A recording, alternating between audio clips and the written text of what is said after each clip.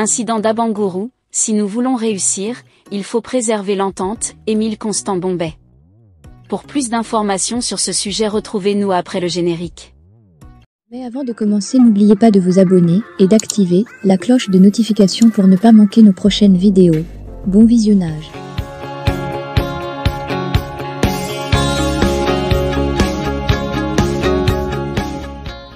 Suite à l'incident d'Abangourou, le président du PDCI-RDA avait commis le ministre d'État, Émile Constant Bombay, vice-président, coordonnateur des activités des vice-présidents du PDCI-RDA, à l'effet de conduire une mission visant à entendre toutes les parties prenantes. Le ministre d'État a reçu, le jeudi 25 avril 2024, en présence du vice-président Georges-Philippe Ezalet, vice-coordonnateur des activités des vice-présidents et du secrétaire exécutif Bredoumi Soumaïla, en charge du porte-parole et de la communication du PDCI-RDA, les protagonistes Adam Guillaume et le député Bredou Athanase.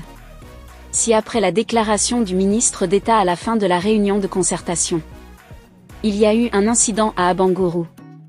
Là où il y a des hommes, il y a toujours des problèmes. Mais les meilleurs des hommes, ce sont ceux qui transcendent cela et qui arrivent à trouver des solutions à ces problèmes. C'est le contexte du PDCI au sein duquel nous avons été élevés, éduqués par le président Houphouët-Boigny.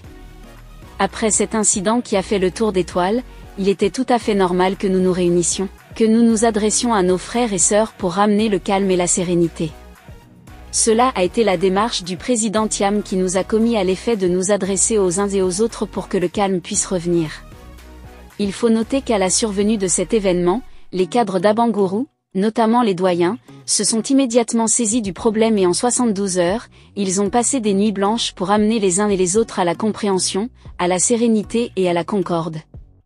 Mon devoir, en tant que responsable de cette approche, c'est de les recevoir au finish, après avoir reçu d'abord les trois concernés, à savoir Banga, Adam et le député Athanase Bredou, qui ont compris la nécessité de s'unir. Si nous voulons aller loin, il faut cultiver la paix. Si nous voulons réussir, il faut préserver l'entente.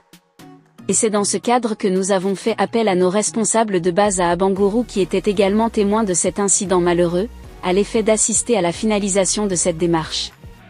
Les uns et les autres ont traduit leur engagement de faire en sorte que la paix soit désormais le leitmotiv de leur action. Abangourou, pour des raisons que chacun sait, était une base pour le président Houphouët-Boigny où il a été médecin, mais en plus d'y être médecin, il avait également son épouse qui était de la famille royale. Quand on parle de la famille royale d'Abangourou, quand on parle des ressortissants, il faut se souvenir du président Houphouët-Boigny pour le temps qu'il y a passé. C'est d'Abangourou qu'il a lancé cet appel pathétique pour la défense de nos planteurs parce qu'il avait observé qu'Abangourou était très avancé dans la culture du café et du cacao. On nous a trop volé, c'était au temps colonial. Il fallait avoir le courage et la détermination pour prononcer ces phrases à cette époque-là. Donc Abangourou se souvient d'Houphouët-Boigny et Abangourou a décidé de renouer avec la paix et la concorde. Voilà donc la conclusion de notre rencontre, aujourd'hui. Nous ne pouvons pas terminer notre intervention sans réitérer nos remerciements aux doyens de la région et aux cadres de la région ainsi qu'à chaque secrétaire de section et chaque responsable des femmes et des jeunes d'Abangourou.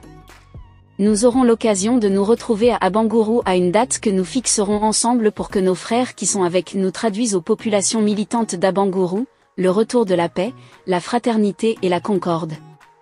Je vous remercie.